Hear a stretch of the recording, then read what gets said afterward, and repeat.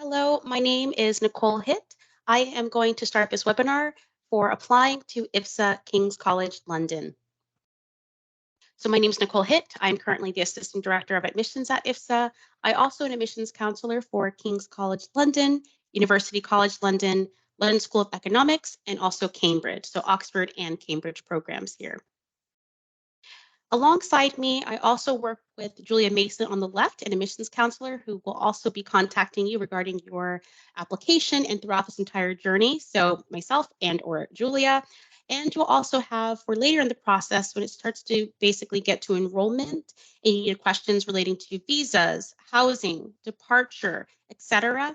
You will be hearing from Kevin Monkhouse. So between the three of us, you have a support team from the beginning all the way till the time that you go abroad, and then you have the on-site team as well. But at least for any questions that you have, any support that you need, you can reach out to any of us. Ideally, all three of us, but you can reach out at any point to any of us. For today's webinar, I'm going to discuss basically an overview of King's College London. So historically, including rankings, applying through IFSA and what that process looks like, and specifically the application items, the course structure, so what do academics look like at KCL, the submission process, and then also some Q&A afterwards for questions that were submitted. So King's College London was founded in 1829. It is also one of the top 50, or rather ranked 35th for UK universities in the world. And it's also ranked sixth in the world as a research power as of 2021. The deadline for applying through IFSA as provider to KCL is August 15th. That is for the fall. And also, sorry, for the fall. For the spring term, it is August 15th by 11:59 p.m. Eastern. The portal will not actually close on you. However, it's important to have all items on that date submitted and by that time, as by that next morning, starting around, because our international team could be as early as 7 a.m. in the morning the following day, we're going to be compiling and putting all application items together and reaching out to students, recommenders, everything we possibly need to get everything essentially in order. So as soon as the portal opens for KCL officially on September 1st, we have everything. There are times where we do have questions about different application items, recommendations, or even transcripts that might take some time. So it's important that we have all that information by the 15th of August because it can take some time. And then we can obviously prioritize students in terms of submitting them based on when they were submitted to us by that time as well. If you already have submitted your application items and everything is already good to go, then you can expect that we either reached out to you, or if we didn't, then everything in your application was good to go and we're ready to have you in line and queue to submit on the 1st and or the 2nd at the latest. Also, the population of King's College London is quite large, so 36,000, especially if you're used to a smaller campus at home. However, it's right off the Thames River, so right by, for example, the Shakespearean Globe Theatre, you have Buckingham Palace, St. Paul's Cathedral is right in central London. They're all not too far away and are several blocks away. So it is really, really great to know that if you are looking for a urban London city kind of location for study abroad and for something different, KCL will be able to provide that, especially with its location and ideal place. So what does basically IFSA support look like? So it is academic. So by the time that you're having questions about, how to complete the module request form, and this is later in the process, or even what courses may be able to transfer, we're able to provide that support and through some technology tools that we also offer. Later on, when you're on site with the resident staff, they also will be able to provide some academic support. So if you have questions about your courses and you're having issues or something is just not going well, they will be able to kind of assist. When we get to transcripts from KCL, it will go to the resident team / the academic affairs team here at IFSA. You can go to our website and even just check out IFSA or even Google IFSA transcripts. And with looking at the transcript, you can see all the kind of timelines of when you should receive your transcript. And also please note that grades in the UK will be a little bit different in terms of how they're converted to the US system. So please keep that in mind. But again, you still have some academic support. Social support while you're in London, it's incredibly important to know that you will be quite independent. You won't necessarily have your family around and maybe your friends are going with you, but maybe others are going to other places. So it's incredibly important to note that you will have some social support. So if you are having trouble with acclimating to the culture and just kind of understanding the differences and getting used to that or even jet lag, you do have some support that you can also lean on if you want to. but also keep in mind that you are going to be quite independent while you're there. And that's a whole part of study abroad, is being able to grow as a person, be able to grow professionally, and also just overall as a human being on this earth, understanding other cultures too. In terms of being future focused, this experience that you'll have abroad is going to inform a lot of things later on in your life, especially career prospects. You can list on your resume that you attended KCL, King's College London, and the courses that you took, or even things that you learned while there. In terms of like internships, because I know a lot of students who have questions about internships in particular, internships would require a student visa. And usually in KCL has actually mentioned this, that students are typically busy with their courses that they're not able to do an internship. So even doing work, if you need to work, it's a little bit more challenging, but typically the courses are quite involved. So really you might have time to just do courses and then also doing some extracurricular activities, but maybe not necessarily internship. But again, doing well in your courses is going to matter and does definitely benefit you later on down the road when it comes to going to graduate school or other low places in your life. So applying to KCL, I want to start off with the pre-medical program, which is called the Health and Society program at KCL. It's actually a course. So how it is broken down is in seminars and also with placements. So Wednesdays, you would have class all day, and then your attendance is completely required on those dates. So you need to attend, or that can basically be a problem. And you have placements in different places relating to clinical settings, rotating, do rotations, shadowing clinicians, and things like that. So it's basically like 2 to 3 hours each in every particular healthcare setting in terms of the time that you'll be there, and usually on Mondays or Fridays. So it is a course. The main contact for the program is Dr. Allison Ross. So if you have any questions, you can certainly ask more specific ones there.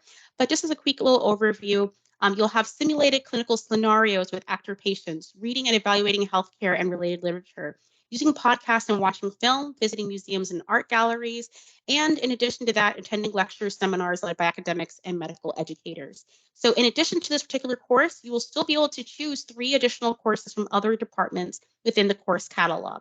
So it doesn't necessarily have to be biology or pre-med related, even though there's a separate catalog, but you can take 3 other courses in other areas, especially if you have requirements at your home school that needs that, those different diversity of courses. The admissions criteria, so you need to meet these particular requirements in order for us to send your application to KCL. You need to have a 3.3 minimum GPA. It is a very, very hard type of GPA in sense of if you have a lower GPA than that, then you will be at a disadvantage and you might not necessarily qualify and be able to move forward in that process on KCL's end. So it's incredibly important that you have a 3.3 GPA for consideration of your application. If you are doing the pre-med program, then it'd be a 3.7 minimum pre-medical program GPA.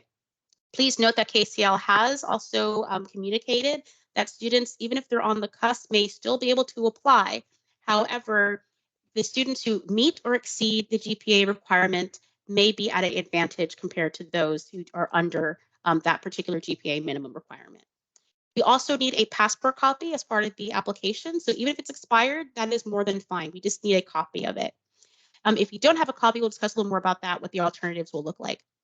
You also need an official transcript from every single higher education institution that you attended. So even if you attended for a semester, even if you attended during a summer program and it's not your home institution currently where you attend, we still need those particular copies. And we still need to have that transcript in the official form. And that needs to be sent to admissions@ifsa-butler.org. Most of your inquiries can also go through there too if you're not sure of who to necessarily email. If you don't see them on the portal for some reason, admissions@ifsa-butler.org is also more than fine to email if you need to. However, for more specific inquiries and more in-depth ones, emailing myself and or Julia Mason will be ideal. You also need to have completed at least 2 years of study by the time that you enter KCL. So it's incredibly important that you also do that. Academic recommendations, you only need 1. The portal will mention that you could submit 2, and I'll explain a little more what that looks like, but you only need 1 recommendation, and that's the only one we'll be able to submit and also put into the field in the application.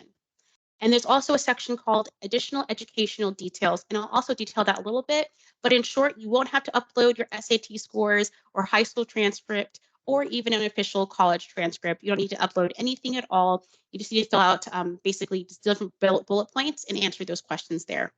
You should expect an admissions decision between 6 to 8 weeks after submission. So if we're looking at spring 2023, for example, then we should expect to hear back from KCL by mid to end of October or even early November.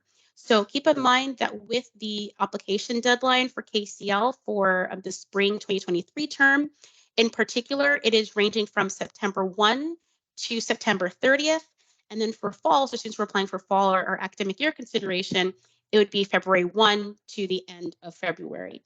So even though your application will be submitted within the first few days of that particular submission portal opening, that whole month of September or even February, they're still going to be receiving applications and will probably not even be doing reviews at that time. Students who decide to submit applications to us and then to facilitate them to KCL for consideration, the later that they are submitted, the later towards that particular deadline, we have found historically that that actually doesn't result necessarily in a positive admissions outcome. So the earlier, the better, and we endeavor to get it in within the first few days of the portal opening. And KCL has also mentioned that as well, that especially in this last year, with COVID and deferrals, a lot of students are applying to UK institutions. So there is a lot more competitiveness because of the high volume they're receiving. So the earlier, the better, meeting the requirements, make sure we have everything in by our deadline so we can get everything sent to them is key and vital. For application materials that are additional to that, we also will need a program approval. So even though IFSA may be a authorized provider for you to go to KCL specifically with, however, we also still need to make sure that you are approved individually, especially if there are suspensions or other probationary aspects that we need to know about that might make your particular acceptance conditional. So program approval is important because we want to make sure that you have already spoken to your study abroad advisor, you are ready to go to this program. They know your intent to go on this program, and also if it's your first or like second choice as well. So we need to have that. We won't need it at the time of submission. However, if it is perfect, that speeds everything up. We will need it by the time that we receive a decision from KCL. Even if it's a conditional acceptance or conditional approval, we do need something on file by that time. So I'd say at the absolute latest, we will certainly need that program approval by October 1. So changing details in your portal, you'll be able to do that, such as your GPA, adding your pronouns or changing your pronouns, your preferred name, and other details by going to your IFSA portal, clicking on applications, and then clicking on registration. So if your GPA is showing as 3.4, but you took a class over the summer and now it's a 3.7, you can update that automatically. However, please note too that if you send your transcript to admissions@ifsa-butler.org, then your transcript GPA for that particular overall that shows up on the transcript will be updated on our end as well. So if it's already updated, then fantastic, and it's a step, but if not, we will absolutely do that. Changing a term as well, if you want to defer, let's say to fall 2023 or even like spring 2024 for a later time, for whatever reason that may be, that is totally okay, but you won't be able to do that on your end. We actually have to initiate that on the back end through our system for you. So one thing I do like to note is if you have a transcript or if you have a recommendation that was written for you for, let's say, spring 2023, but you're going to now be considered and might have your application deferred to fall 2023, your transcript that was submitted at that time and your recommendation will still show the dates from that spring 2023 consideration. So it's always good to let your recommenders know that, I have decided to apply for a later term. Just to FYI, if there's a way that the recommendation you submitted can be changed, and then of course an updated transcript. In terms of the transcript as well, just as a quick note, if you're applying for spring 2023 consideration, then we need to make sure your spring 2022 courses have been added. Of course, by the time you're applying, you won't have your grades. It might have the list of courses you're taking for fall, and that's fine. But we do make sure we do need to have that. If you're applying, for example, fall 2023, then we need to have your fall 22 courses completed by that time, at the time of your submission. So that's incredibly important to know. If you want to add a secondary application, I will actually show you what that looks like. So if you go to your IFSA portal, this is me in my application as an example, then you will be able to see these application items, which is exactly what you will need for doing your, for us to submit your application. So for example, academic recommendation. So very, very quickly, you will see that only one is required. However, you can add two. The purpose for this is if you let's say, obviously during summer it can be really hard, or even during breaks.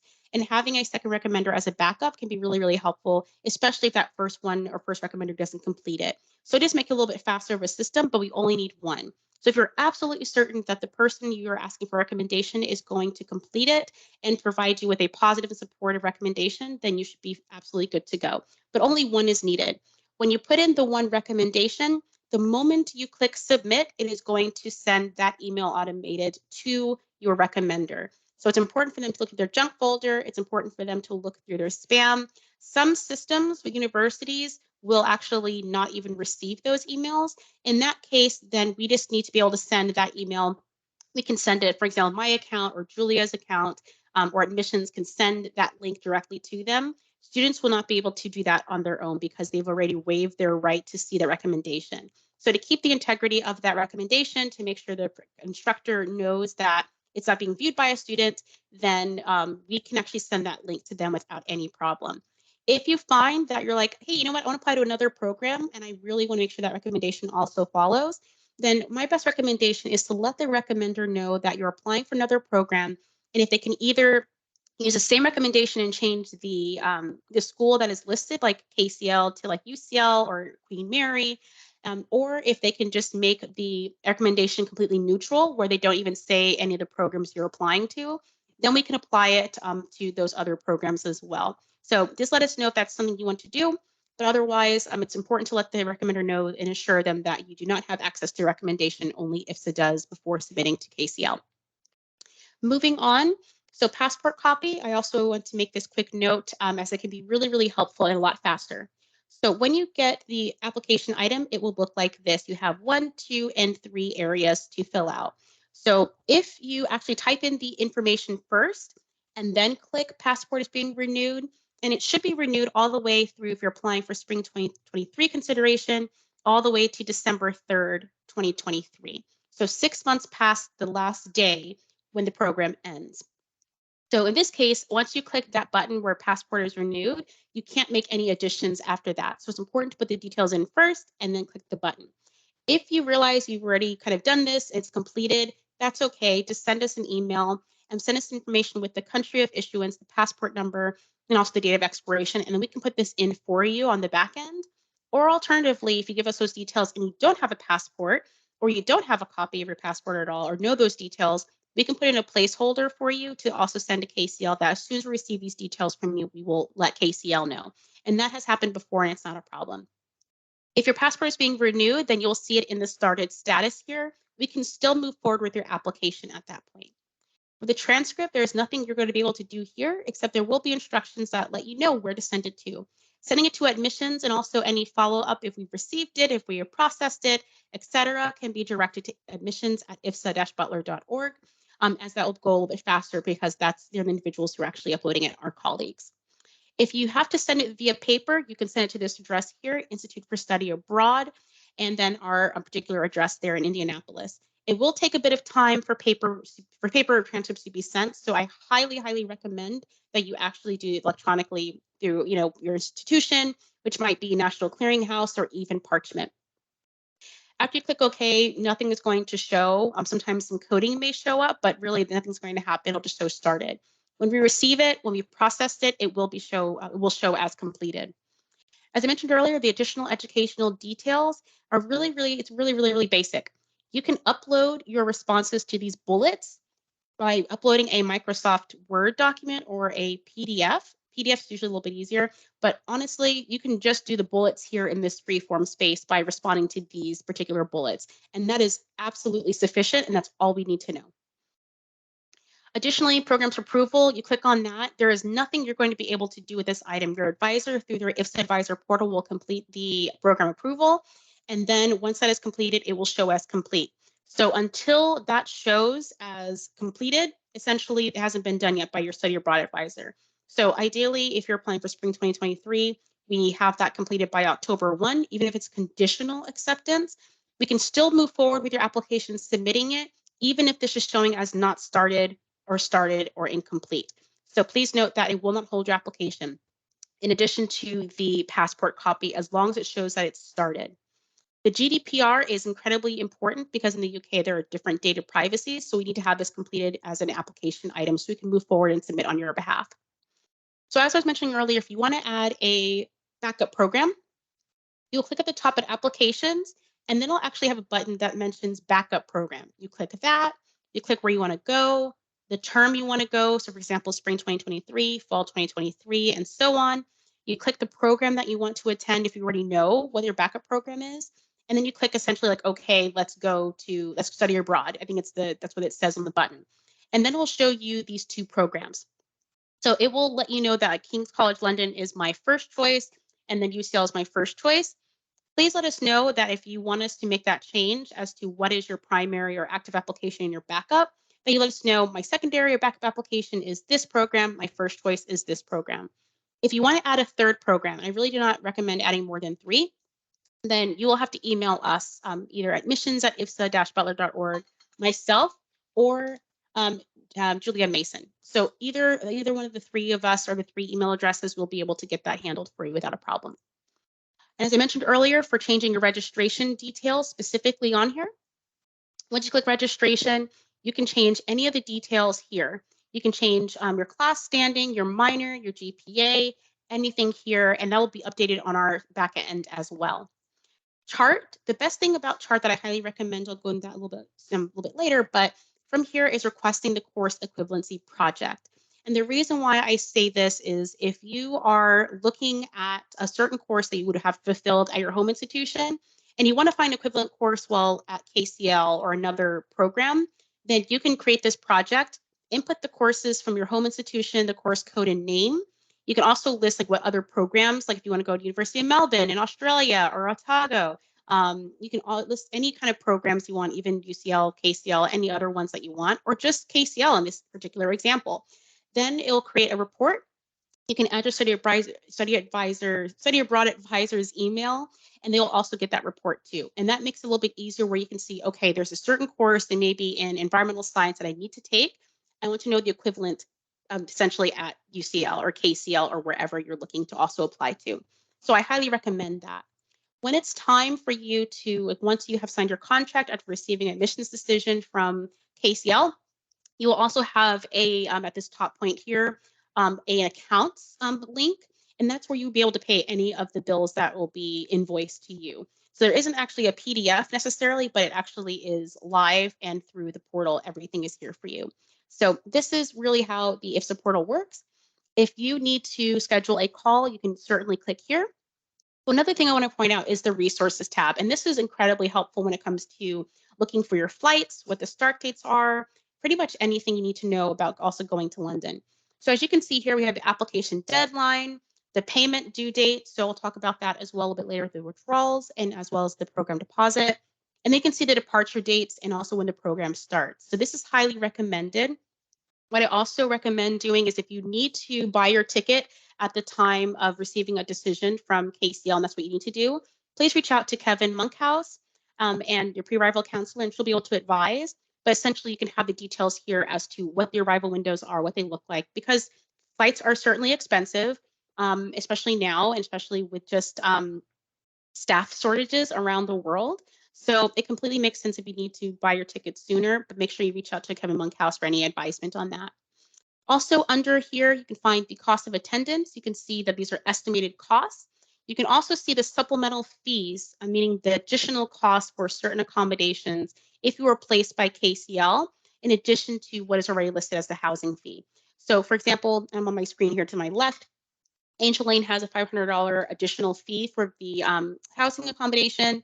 1,700 for Julian Markham. Moonraker is almost $3,000 in addition to that.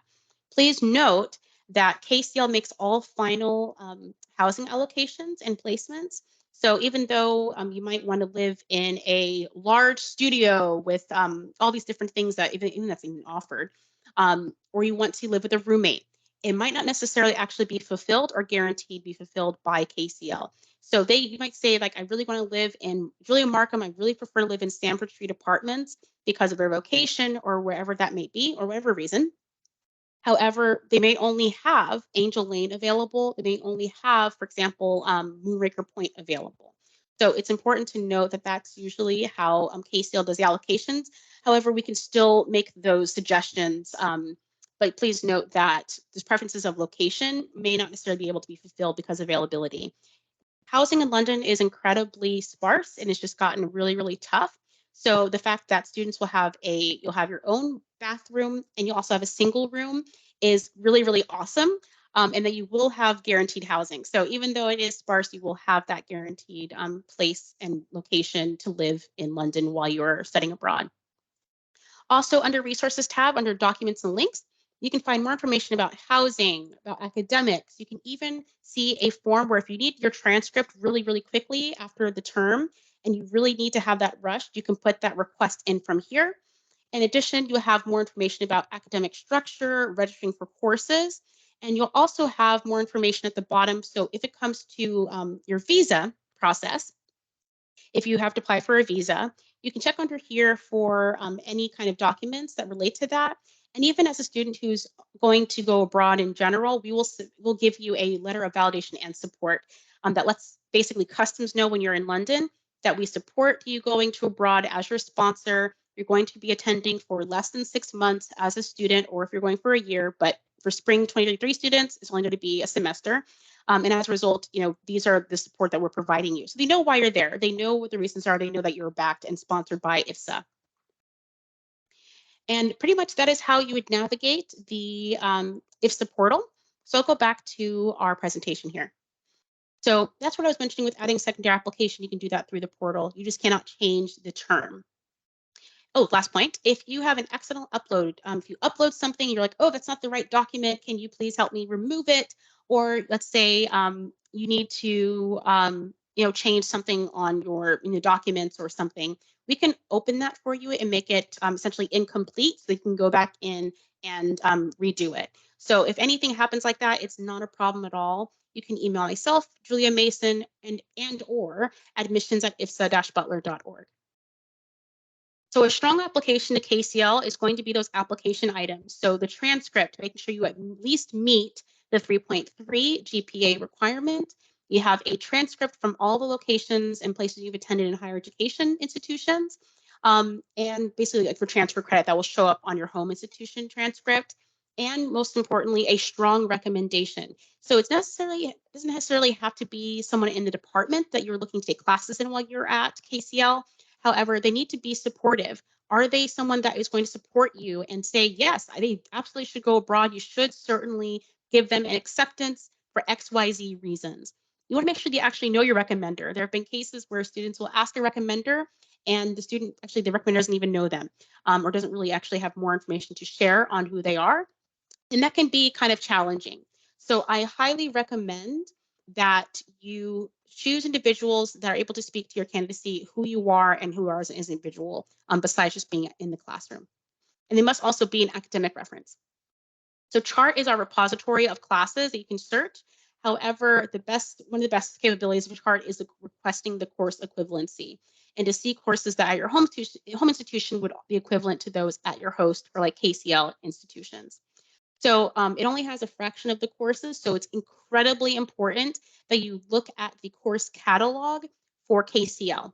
So that is where you're going to choose your courses from. That is where you're going to really making those decisions rather than the courses that are listed on CHART. I will also talk about the course interest form a little bit later, but basically this is the really fantastic resource that we have to find a course equivalency, especially if you have requirements for courses at your home institution. So passport renewals, you need to make sure that is renewed all the way if you're attending for spring 2023 through December 3rd, 2023 at the earliest. So if it is not currently, if it's going to expire during that term, then please renew it as soon as you possibly can. If you have to apply for a visa and you live in your country of residence is a country that is defined as a visa national country through the UK Visa Immigration's terminology, essentially, then you will want to make sure that you have your passport renewed and in hand before you actually apply for your visa. And that is critical. There have been situations that UK Visas Immigration or UK VI has basically had a student who's gone abroad and is at customs. They got a new passport in between the time that they applied for their visa, and had to return back to the US and apply for a new visa because the passport that they used to apply with is not the one that they actually traveled with and they had at customs in the UK. So it's incredibly important that passports are renewed prior to leaving.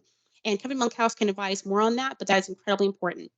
For the IFSA portal, as soon as you receive your passport, you can upload that new copy and it will show complete. So unless it is complete and also does not show that it's being renewed, you are set to go. Otherwise, if it's renewed, make sure you're in that process as soon as possible.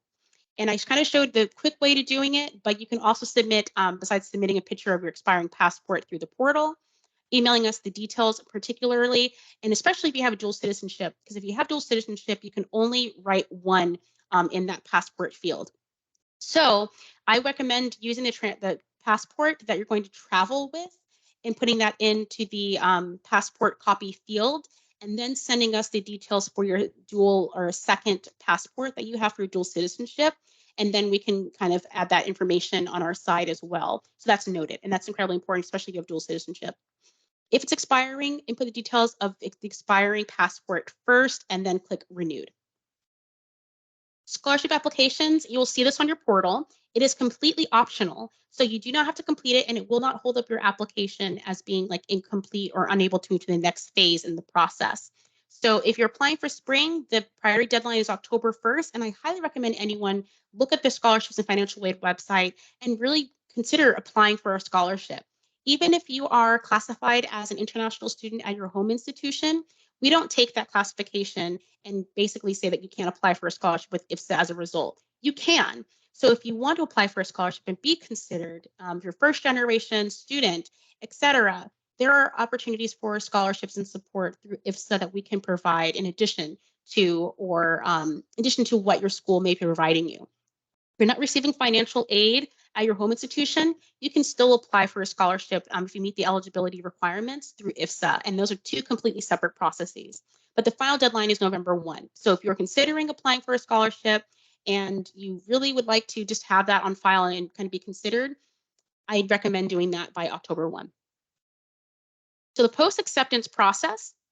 So when you receive a positive admissions outcome or acceptance from KCL, then the things that you need at acceptance is your IFSA-Butler waiver that needs to be completed. That has to happen, and that can actually hold up your enrollment at KCL later in the process if it is not complete at the acceptance phase. So please ensure that if you do receive an acceptance, that is completed. It has to be completed. Additionally to that, we need the $500 deposit if applicable. So that is a non-refundable deposit that when you signed your acceptance agreement, we also receive the deposit within that particular time frame. In this case, for KCL, it is actually 7 days. KCL has a very, very tight window, and they request that students respond within that time frame. So we need to make sure that we receive that you have signed your student agreement or student acceptance agreement. You've also submitted the IFSA-Butler waiver. You have also completed the medical form, and we also need to have your deposit or $500 deposit submitted as well to accounting at IFSA.Butler.org or even through your IFSA portal as well. So those are kind of the ways that we need to have this to really confirm your acceptance or all of these processes. So even if you sign the acceptance agreement and even if you complete the waiver and also respond in 7 days and then do the medical form, but you do not do the deposit, you will still be liable for the deposit. So if you withdraw before you continue with your process with enrolling at KCL and everything, and you don't pay that within that 7-day window, you will still be responsible for that $500 if it is applicable and listed on your acceptance email that we will send to you. So please note that if you are responsible, and it will say in your acceptance agreement that that is due. If you need to defer that payment or have a payment plan or just need some assistance with it, that is fine. Let us know. We can email accounting@ifsa-butler.org. It's also on our website.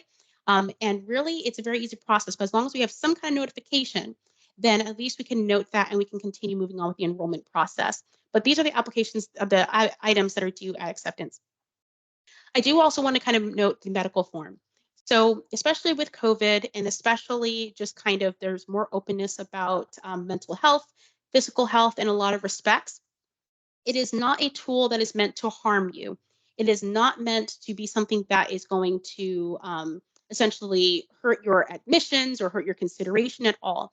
The purpose of the medical form is for our health and safety team, especially because we offer 24/7 on-call support for emergencies. So if your bags are delayed, if your flight is delayed, that is not an emergency and that's not a time to call our health and safety team on that emergency phone line. But if something is happening, you're having an emergency situation that you need assistance with and need, basically support with, then that number is there. If you're having a crisis, a health crisis, mental health crisis, then if you list what your issues are, what challenges you're experiencing, medications even, on your medical form, that enables the health and safety team to better know, especially the residence team is going to be there to support you if you need it. It's important so then they know that how they can support you and create plans in place to make sure that you can be successful while you're there in consultation with you. It is important that you list anything on the medical form, even as it relates to housing. Maybe you need to have a residence that that can basically assure that you won't be having contaminants relating to an allergy that you might have, or something relating to a mobility aid.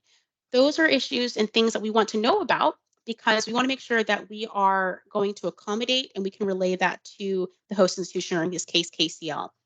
So it's not a manner of trying to create difference or to harm you when it comes to admissions or anything of the sort. It is the whole 100% purpose is to make sure that we are aware so we can support you as you go abroad. And even if you're taking medications in particular, it's really helpful to know because there may be some medications that are abroad that you're trying to fill in the UK, and they do not have that available because of regulations or policies. So this is why medical form is incredibly important for you to be as open and as honest as possible. So the health and safety team, which reviews this information, will be able to provide that support, and also the residence team on site who can also provide that support if you need it.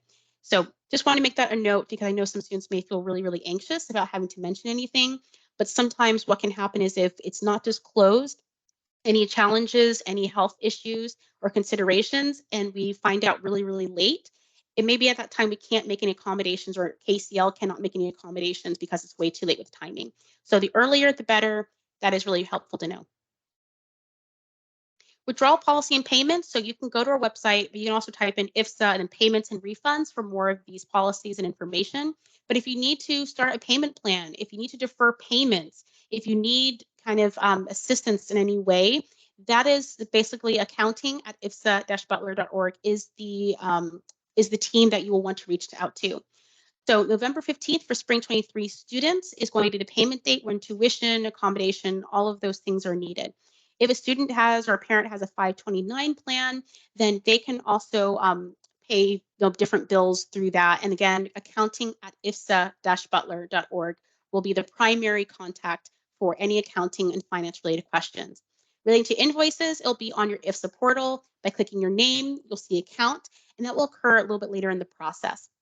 So please note that that's where it usually comes from. Any types of invoices will come through there. Withdrawal after the program fee due date, so in this case, November 15th, any non-recoverable expenses. So if you, as an example, we will secure your housing for you. So if we secure your housing is finalized and deposits are paid on our end on your behalf and you withdraw, then it might be possible that any expenses at that point, if they are taken and also essentially given to KCL on your behalf to secure those particular types of, your housing as an example, then that will be something that you will probably have to pay in addition to a $1,500 fee. So if there are any issues or challenges that you may experience before that deadline, please, please, please email accounting at IFSA-Butler.org. If you withdraw after arrival on the program site, so at KCL in London, then the fee will be $2,000 plus non-recoverable expenses, which could include tuition. It could also include housing for certain at that point. So please note all of that, and any credit will be refunded. So you can see all those details too through the IFSA portal. Click on your name and in the account tab as well. The deposit is usually due, you'll see this on our website, for within 10 days, but because KCL requires such a quick turnaround and a response officially to their offer, we will need that within 7 days. So that is a little bit of a difference, and it's also not refundable. If you decide to defer your term, Let's say you go from spring 2023 to fall 2023, and that's your request, and you did pay the $500 deposit, or you will be responsible if you haven't paid yet, that will actually be able to be applied to that further term. So the deposit to $500 non-refundable can be applied to a later term, but if you withdraw fully and do not apply for a deferred term or anything like that, then in those cases, you will see the $500 bill. So visas. So if you are going to go to KCL for an academic year, which would only occur in fall, or if you reside in a country that is classified as a visa national country by the UK government, then you will have to apply for a visa. A student visa is only for students who are going for a full academic year. A visitor visa is for students who reside in a visa national country classified by the UK government, and they will need a visitor visa, so you will have to apply, and typically no sooner than 3 months before your start date. So what we also recommend is working with Trevisa, who is our IFSA visa travel partner, a visa partner specifically, and they can also help and support your application when it comes to the visas. You can also email Kevin Monkhouse, and she'll be able to assist you as your pre-arrival counselor with any visa questions, even at this stage of the admissions process. So Kevin will be a really great resource for that, your pre-arrival counselor in general. If you are a student who is from a country or has a country of residence that is a non-visa national country, like the US, Canada, the EU, then you will basically use your passport when you go and travel. And since you're staying for less than 6 months, or rather no more than 6 months, then the passport is more than fine, but it needs to be valid and it needs to be basically not going to expire by December 3rd, 2023, if you're applying for spring 2023 consideration. So course registration and how academics work. So the best way to think of the level 4, 5, and 6 classes is to consider it as the years of study that typical degree-seeking students will be at KCL. So level 4 is kind of like the first year courses in the US, introductory, not a lot of kind of background will be needed for those courses. Level 5, you're looking at maybe 3 to 4 courses and a little bit more, a little bit more higher level. And then level 6, for sure, you'll need to be a major in that particular department. So if you're applying to film, you should be a media or film studies major and have, I think the number is around 6 to 7 courses. But you can actually check this eligibility more accurately in case my numbers are off under the academic tab after looking at our website, which is IFSA, and then type in KCL on Google, and you'll be able to look under there for the academic tab as well. You will not actually indicate any interest for your courses in advance. So the course interest form that is through IFSA will be able to help you prepare for completing KCL's module request form, or their MRF as a note. You can see more information on their website as well, but the MRF is basically what courses you're going to be registered for. So what I mean by that is it usually comes out for students who are going for spring 2023, and usually in November, possibly December. A link will be sent to you to fill out 10 courses that you're interested in taking, and then their office will actually make those allocations. You cannot actually follow up with them because that will actually delay the process. So once you submit your form, you just have to wait. It can take about 4 weeks, even for a little bit of time. So probably November is when it will come out. And if there needs to be any amendments because there's a clash with your course schedule or the timetables is how they reference it, then you can complete a module amendment form, which will usually be in December, mid to late December before you depart. In addition to this module request form, you'll list 10 courses, but if you want to prepare for this, because the module request form and how they allocate courses, similarly to how they do their admissions process, is first come, first serve. So whoever basically turns it in first, they will be prioritized first in terms of getting their courses, and then everyone after who submitted based off the timing and also the date. So by having this course interest form completed in advance with the 10 courses, and by making sure you look at the eligibility so you're not disappointed later when they say you do not meet eligibility for this course, then at least you know, okay, I'm applying for level 4 course in this department. I have these many courses that I've taken so far that will make me eligible for that. Then at least you have started that longer process and preparation process. So when the module request form is ready to be completed, you have everything ready to go, especially when it comes to getting course approvals. I will also be transparent that KCL has specifically noted that syllabi requests will not be given, and syllabi will not be given to students, especially prospective students, until they are registered and enrolled for modules. So you'll be able to, or rather IFSA can ask the KCL Study Abroad office for a syllabi for any of the enrolled courses after you've submitted your module request form and after they've responded to you of what courses you've been enrolled in. There are some exceptions to this module request form where you actually might have to submit another one, and that is underloading. So let's say you list your 10 courses, and then unfortunately all the courses are full or you don't meet eligibility and they only enrolled you in 2 classes. You will have to complete another module request form to make sure you meet those other 2 courses that are different than those courses you mentioned prior. So that is really the only time that you complete another module request form, and it would not be a module amendment form. So it's a lot of kind of acronyms, but really the main purpose is the course research form through the IFSA portal is going to help support and prepare you to complete that MRF module request form on time because it's a first come, first served basis. Students typically take 4 classes, and that is more than enough. And that is around 60 Kcl credits, and each course is around 50 Kcl credits each. It is incredibly difficult to do internships, and Kcl has also noted that if you want to do a research or like internship, they typically do not have those available for study abroad students, especially for 1 semester. So if you're looking for research opportunities, then you might want to actually arrange those the same as internships ahead of time, and not something that will necessarily be that can be facilitated by Kcl as an institution. So that's important to know as well. So if you're looking at how the courses transfer back from Kcl to your home institution, it is also important that you check with your registrar's office or check with your study abroad office and ask them who is the best contact relating my credit transfers from Kcl to your home institution. And because they can differ. For example, my home institution, we only had 1 credit per course. So you had 4 credits in a particular semester, but other locations and other schools may have that each course is 3 credits per class. So how that kind of goes back for credit transferring is going to be completely up to your school and how that works. You can also see more information on our website by typing in IFSA and then transcripts, and you can see more information about the timelines in terms of when transcripts are typically released. You can also look and see like how that conversion also works. If you receive a grade while you're at Kcl, that grade has to be converted to the US transcript, which will be through Butler University, and then sent to your home institution. So if a grade is given, we cannot, for example, say, nope, there's no credit going to be given. We're not going to use that grade. It has to be the graded, the mark, and also the converted one. So make sure you do check with your office if they say, well, any credit you receive abroad and you don't really need a grade for it. If you receive a grade, we have to give you a transcript that has a grade on it. So the housing process, this is incredibly important to also understand.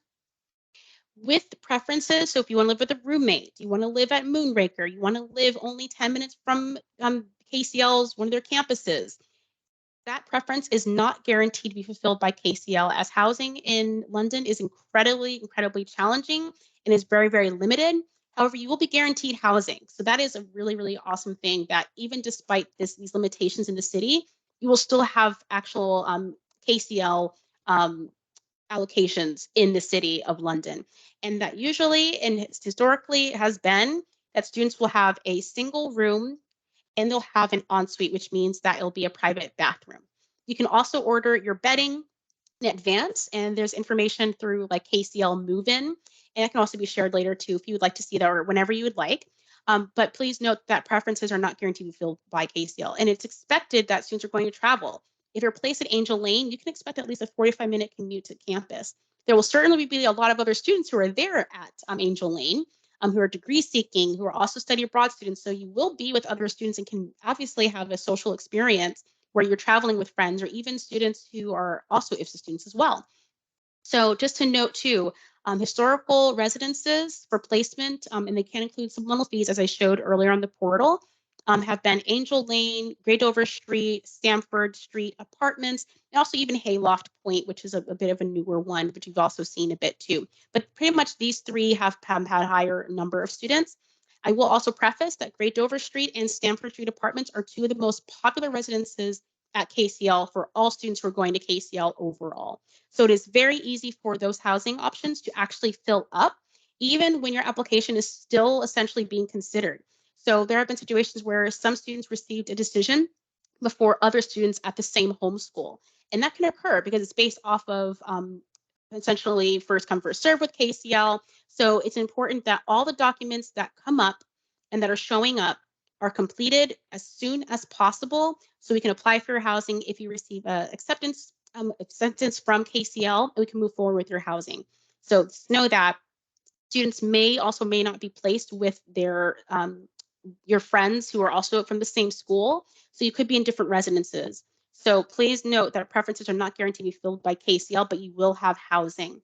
Also, allocations of housing are finalized by KCL. So even though we submit your application, we put in these particular residences, it is not guaranteed that they'll be able to put you there based off of the availability of their housing. So that is something that is important to know as a transparent note in advance. And again, you should expect a commute and travel to campus.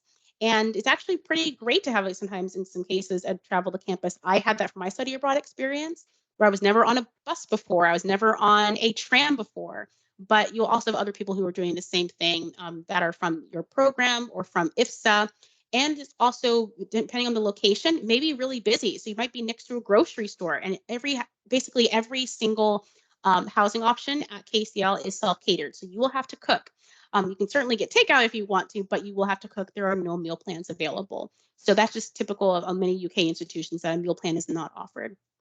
And you will be integrated with other visiting students and KCL degree-seeking students.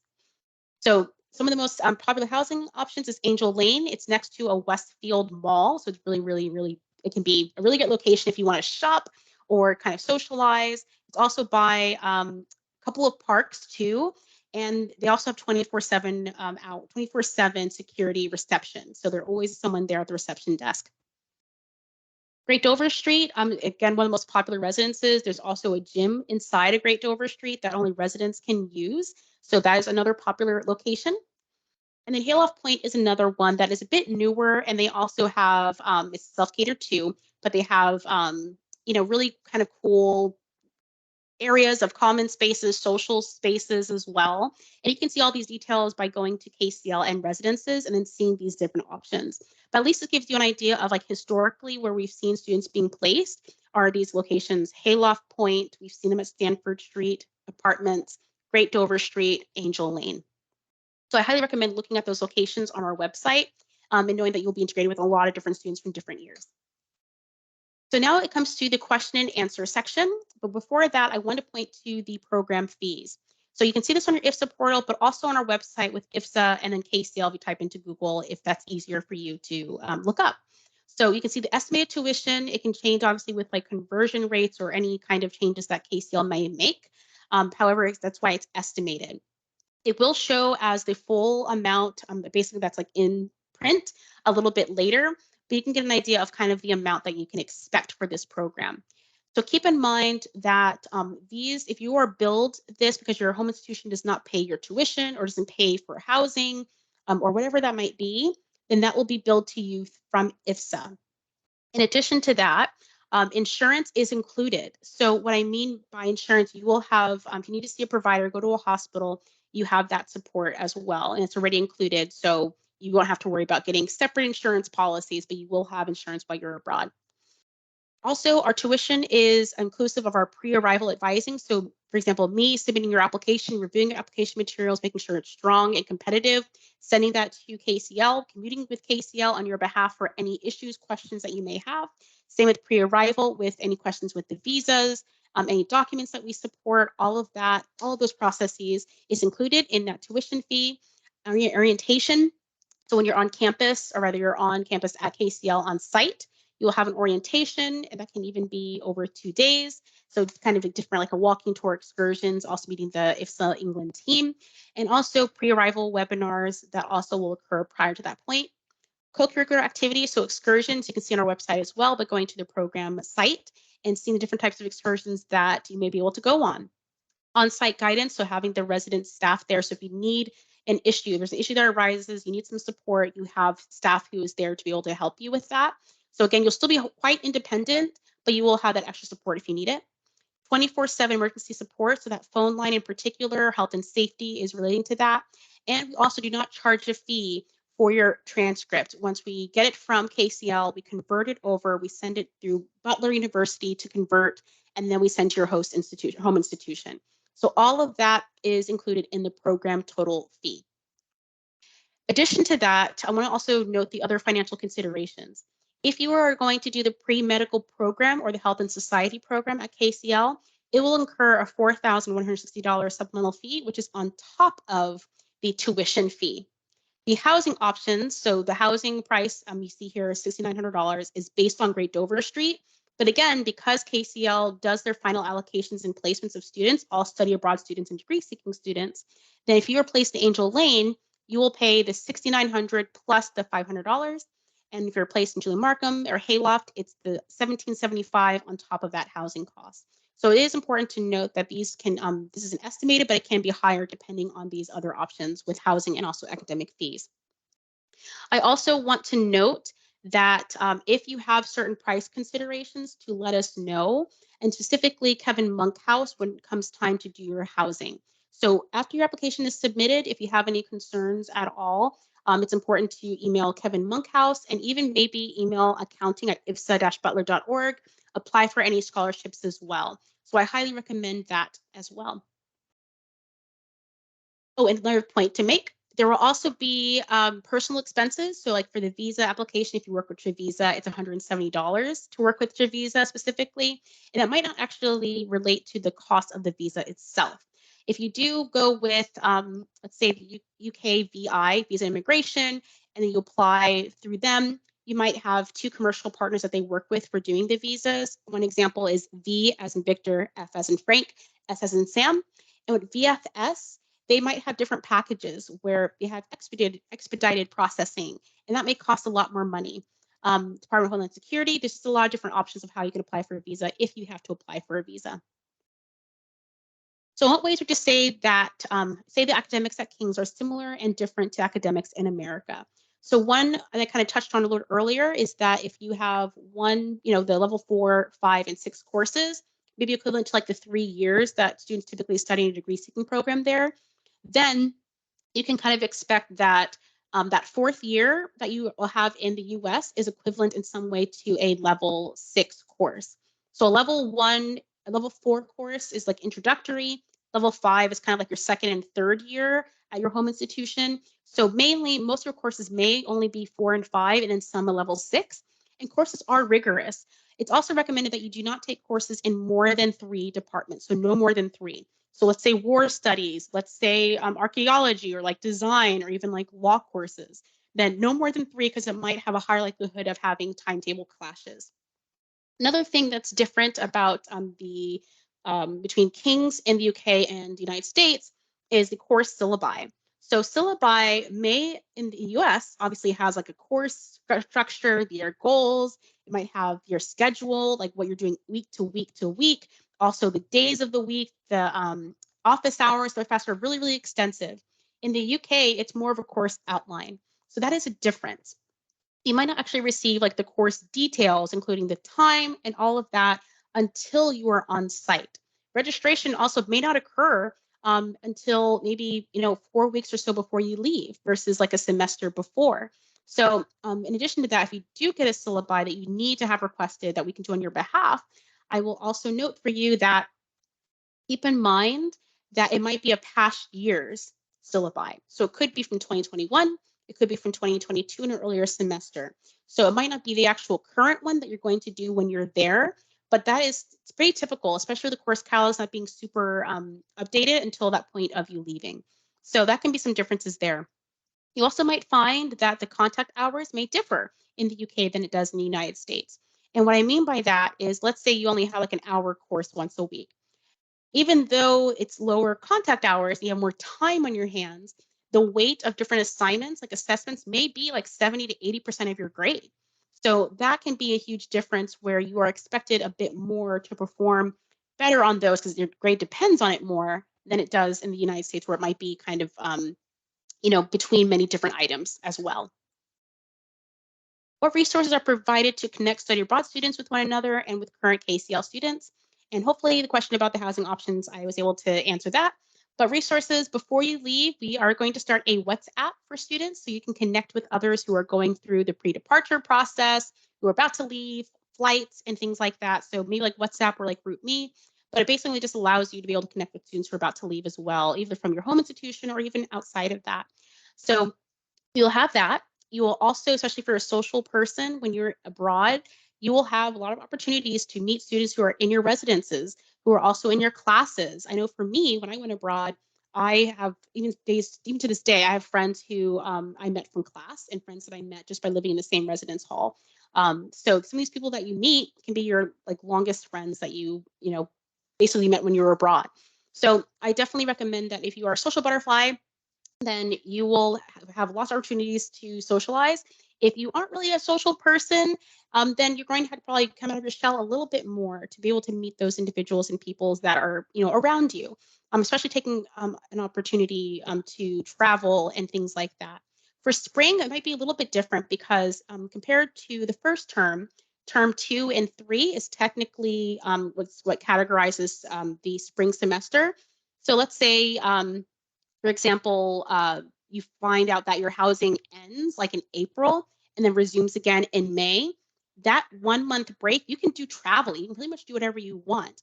But it really doesn't mean that you have to move out or your housing ends. It just means that the 2 terms is actually 1 semester. So that's how the equivalent would work. But you still have housing no matter what in that same residence. So that's kind of the biggest difference. Why some students might be a little bit kind of worried where it shows like 2 terms, but it basically goes from January to June. So in that time period, you will have a month off to do kind of whatever you'd like to do, travel, hang out in London, whatever kind of suits your fancy. So there will be a lot of opportunities to socialize. And again, being independent, growing as an individual is going to be a huge part of that. How competitive is admission to KCL? Is there a published acceptance rate and or average admitted GPA?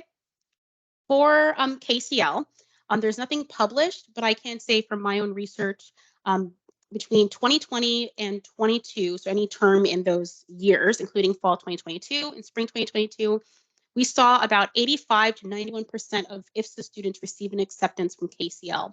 For the pre-med program, we saw about 80 to 85% of IFSA students receive an acceptance from KCL. This is not an indication of what the future is going to look like with acceptances. This is not an indication of what will happen. It could be higher. It can really depend on a lot of different factors.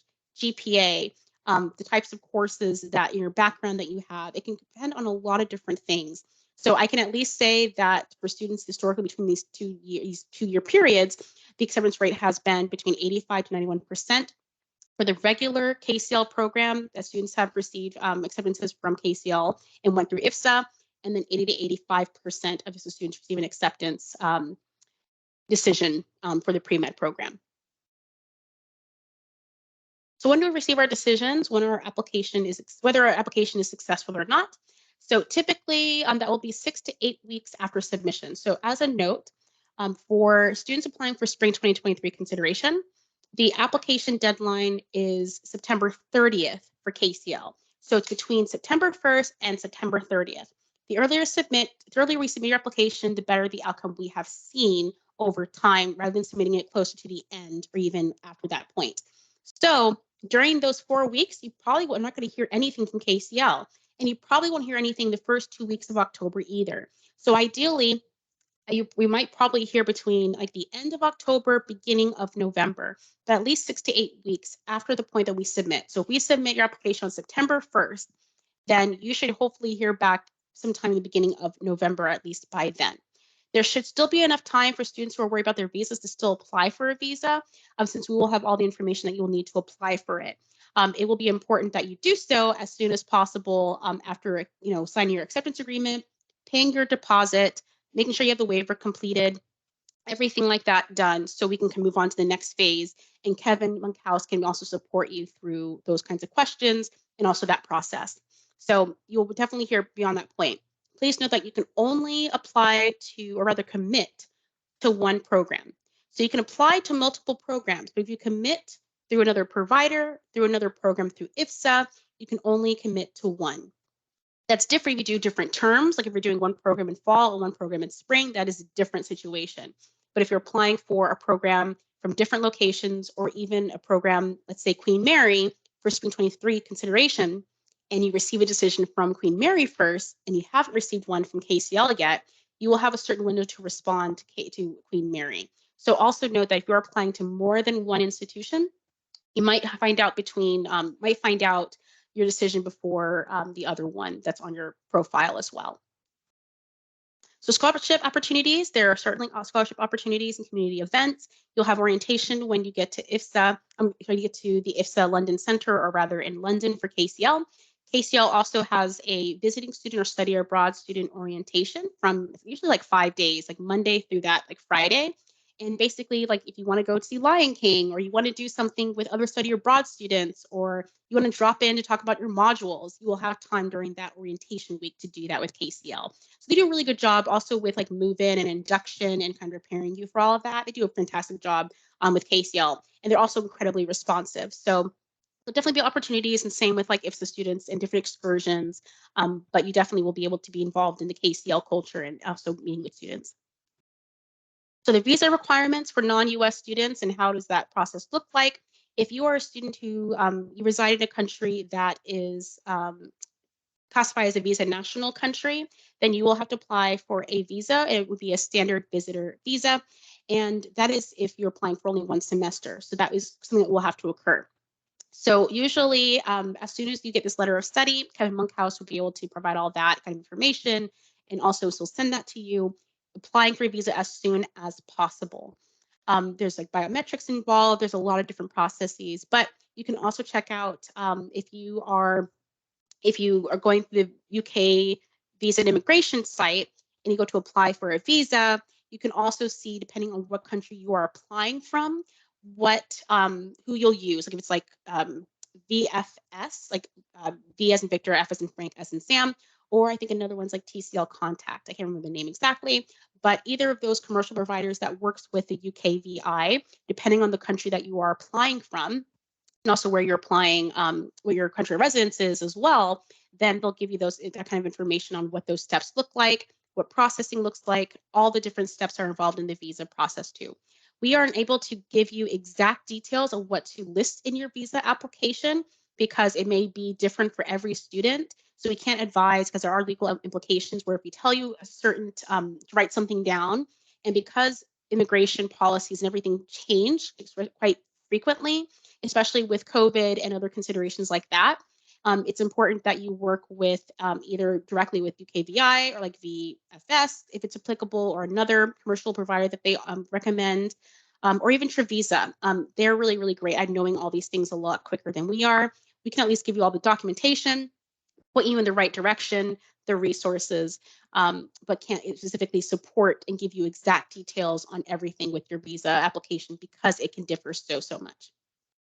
And it actually is called TCL, so Teddy, Cat, Lion, Contact, or VFS is usually the ones that they connect with the UK government or UKVI specifically for visas.